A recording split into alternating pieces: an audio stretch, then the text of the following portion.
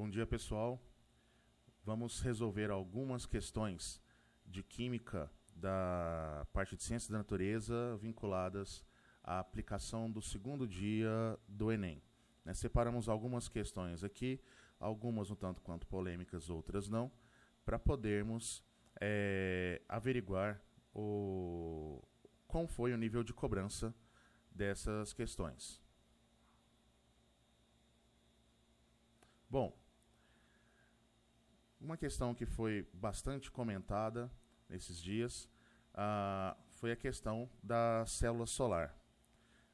Não foi uma questão considerada complexa, caso você analisasse alternativa por alternativa, tópico a tópico, o que acontecia com as células quando sensibilizadas pelo corante. Na primeira reação, acontece exatamente o descrito pelo enunciado.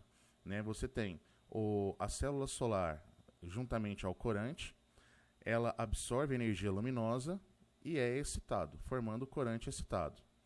Na segunda reação, o corante excitado é ionizado e na terceira reação, o corante ionizado é reduzido ao corante inicial, ao mesmo corante que temos na primeira reação.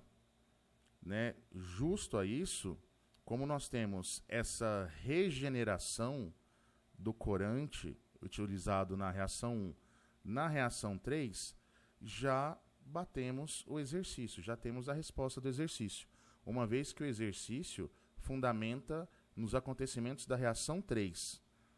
Então, olha, a reação 3 é fundamental para o contínuo funcionamento da célula solar, pois o visualizado é a regeneração do corante na reação 3. Então, temos a regeneração do corante.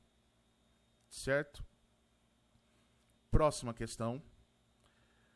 Questão da pilha, essa pilha antiga, datada de 200 anos antes de Cristo. O próprio exercício comenta que ela é constituída de um pequeno vaso de barro, onde foram instalados um tubo de cobre, uma barra de ferro que já estava corroída por ácido e uma tampa de betume. Só que o que acontece? Para facilitar a interpretação, foram fornecidos os potenciais de redução, tanto do ferro quanto do hidrogênio, no caso da parte ácida, e do cobre. Nós sabemos o quê? Em uma pilha, quanto maior o potencial de redução do material, maior a tendência dele sofrer redução. Como nós temos na pilha, nessa pilha antiga, um eletrodo de ferro, uma barra de ferro, uma barra de cobre e a solução de hidrogênio, a pergunta atua em cima do cátodo. Olha, nessa suposta pilha, qual dos componentes atuaria como cátodo? O que é o cátodo de uma pilha? O cátodo é a região que ocorre a reação de redução.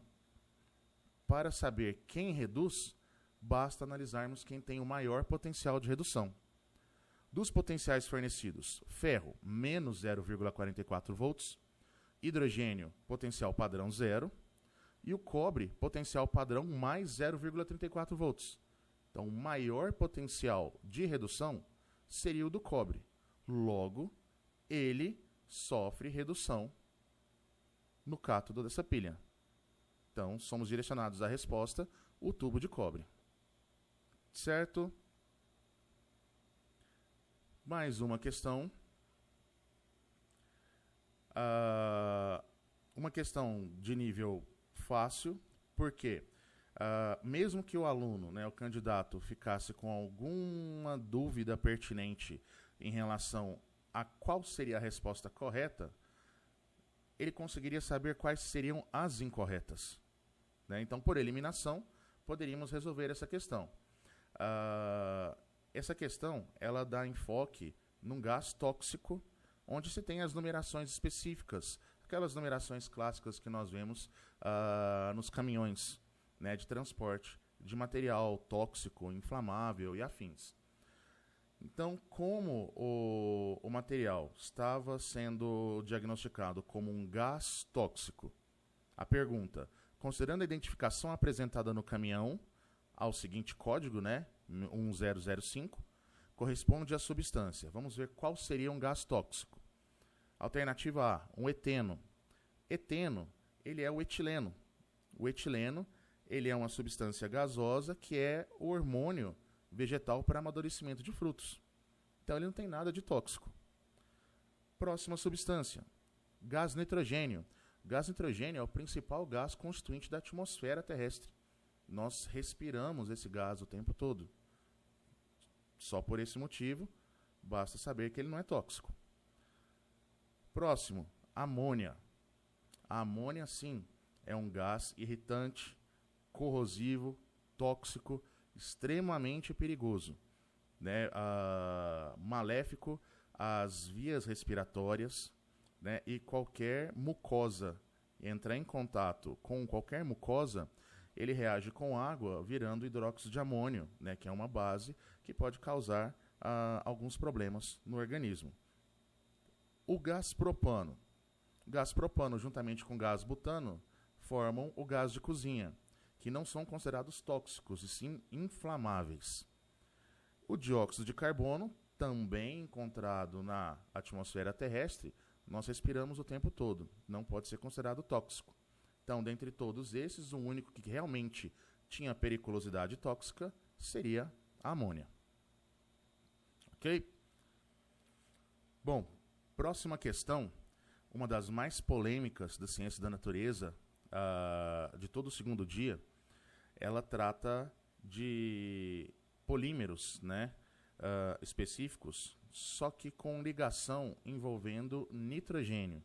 Se analisarmos esse primeiro zoom na molécula, nós teremos os átomos de nitrogênio com ligantes iguais de lados opostos do plano paralelo. Quando nós temos ligantes iguais de lados opostos de um plano, nós caracterizamos uma isomeria do tipo geométrica cis-trans. Os ligantes estão opostos, então eles são classificados como trans. Após a transição energética, o que nós temos? Temos que os ligantes agora passaram para o mesmo lado do plano, né? Só houve alteração nesse reposicionamento. Temos, então, uma isomeria geométrica do tipo cis-trans, caracterizada como cis. Então, como tivemos essa alteração, e pela seta, vemos que a mais compactada seria a cis. Então, ao analisarmos as alternativas, né, promovido por essa incidência luminosa, a nossa resposta cairia em cima de isomerização das ligações nitrogênio, onde a forma cis do polímero, como vemos aqui na imagem, ela é mais compacta que a forma trans. Certo? Então, a única polêmica que se teve nesse tipo de exercício foi devido à isomerização do nitrogênio, né? Como tivemos a dupla ligação entre átomos de nitrogênio, separando os ligantes em planos, né? Mas tal como acontece com o carbono, acontece também com o nitrogênio. Uma questão para fecharmos aqui, que trouxe uma certa confusão para alguns candidatos, foi a questão do grafeno. A questão do grafeno, né, sendo uma forma alotrópica, apesar de todo o texto, e a confusão aconteceu por conta da sua estrutura, que é uma estrutura hexagonal, tal como descrito no exercício, e o candidato pode ter achado que todos os carbonos estavam fazendo exclusivamente simples ligações covalentes. Mas um termo no exercício nos ajuda a diagnosticar o tipo de ligação existente entre carbonos. Essa segunda frase, constituído por uma folha planar, né, um arranjo bidimensional, certo?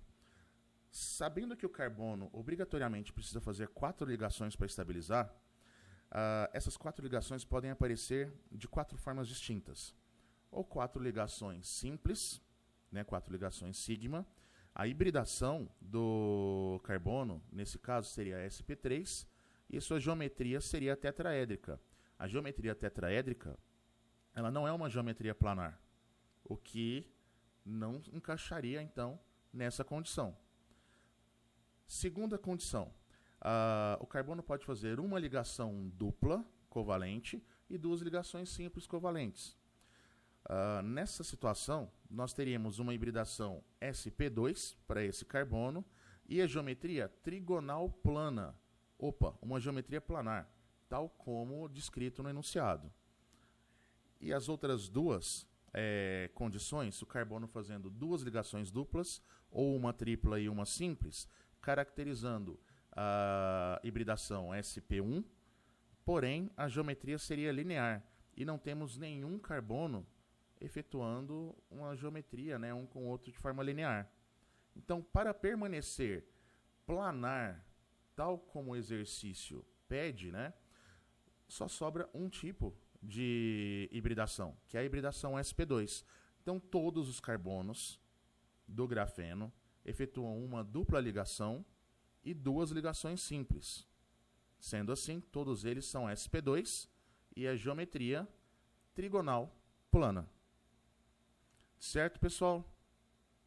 Nos encontramos em breve para mais comentários sobre mais avaliações. Abraço.